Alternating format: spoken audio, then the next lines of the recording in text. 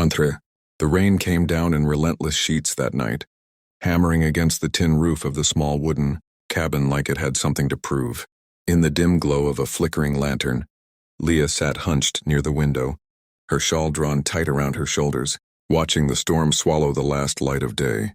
It had been 3 days since her husband disappeared into the wilderness, chasing work, chasing hope, leaving behind nothing but a promise that had long since turned cold. The fire in the hearth had burned low, and the pot beside it held only a few spoonfuls of thin soup. Her daughter Emma slept restlessly beneath an old blanket, her little body trembling from hunger and chill.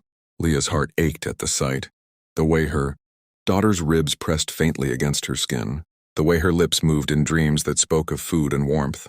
She had learned to hide her tears from her child, but tonight even silence felt heavy with despair. Then, through the thunder came the sound but a sharp, uneven knock at the door. For a moment Leah froze, her heart pounding in her throat. Who would come this deep into the woods at this hour in this storm? She hesitated, then slowly unlatched the door. The wind roared in, carrying with it a figure, drenched, shivering, his face barely visible under the weight of rain and exhaustion. He looked rough, worn by travel, with eyes that spoke of battles far older than the night itself. "I didn't mean to scare you," he said, voice low and broken. "I was just looking for a place to rest till the storm passes." Leah studied him for a moment, torn between fear and compassion. He looked harmless, more defeated than dangerous. "There's not much here," she whispered, "but you can come in out of the cold." The man stepped inside, his boots leaving puddles on the wooden floor. He glanced at the fire, then at the sleeping child. "She's cold," he murmured softly. Leah nodded, kneeling by the flames, feeding them with the last bit of wood she had left. "She hasn't eaten properly in 2 days," Leah admitted, her voice barely holding together. "I didn't want to ask for help, but the world's been cruel lately." The man's eyes flickered with something. Guilt, perhaps, or remembrance. He reached into his coat and pulled out a small parcel wrapped in cloth. "I have bread," he said quietly, "and some dried meat. It isn't much, but—" Leah turned sharply, her eyes wide with disbelief. "You're serious?" He nodded. "I was saving it for later, but I think she needs it more." Her hands trembled as she took the parcel, warmth flooding her chest in a way she hadn't felt in weeks. She placed a piece near the child's lips, and Emma stirred, her sleepy eyes fluttering open. "Mama," she whispered, "is it morning?" Leah smiled through tears. "Not yet, my love, but there's food now." Emma's small hands reached for the bread, and the stranger looked away, as if the sight was too pure for his weary soul. "Thank you," Leah said softly. "You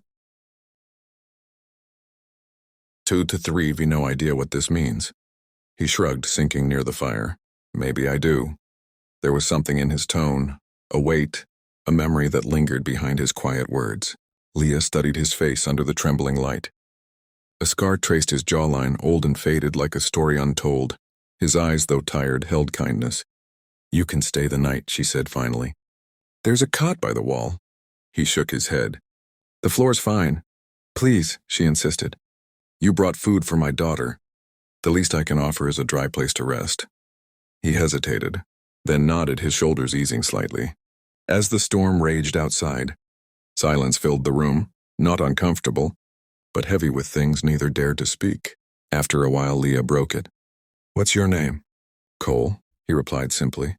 "And you?" "Leah." He nodded, repeating it under his breath like it meant something. Leah studied the man across the firelight. He seemed carved from loss, a wanderer carrying ghosts in his eyes. She didn't know it then, but that night, the moment she opened her door, her life had already changed. Cole sat staring at the flames, lost in thought. "You live out here alone?" he asked. "Just me and Emma," Leah answered.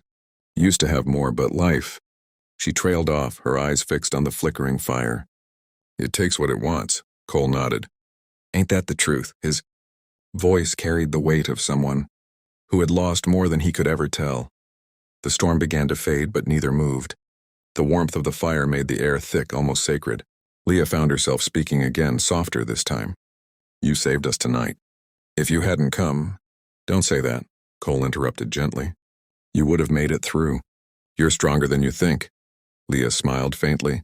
"You sound like someone who knows—" What it's like to lose everything.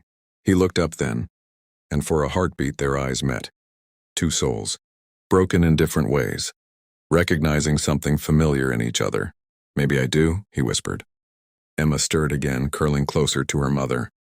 Leah brushed her daughter's hair aside and whispered, "Sleep, my angel. Tomorrow will be better." Cole turned toward the window, watching the storm ease into a drizzle. "Tomorrow," he said quietly, almost to himself. "Hasn't been kind to me in a long time." The words lingered, echoing in the soft crackle of firewood. Leah wanted to ask more. Who he was running from. What story his scars told. But she didn't. Something about the way he sat there, with humility and pain interwoven, told her he needed silence more than sympathy. She tucked Emma in tighter, then whispered, "Good night, Cole." He looked at her and nodded, his lips curling into the faintest, most fragile smile. "Good night, Leah." As she turned away, the firelight danced across their faces. Two strangers bound by a storm, by hunger, by the quiet miracle of shared kindness. Neither of them knew that this one night, this simple act of opening a door, would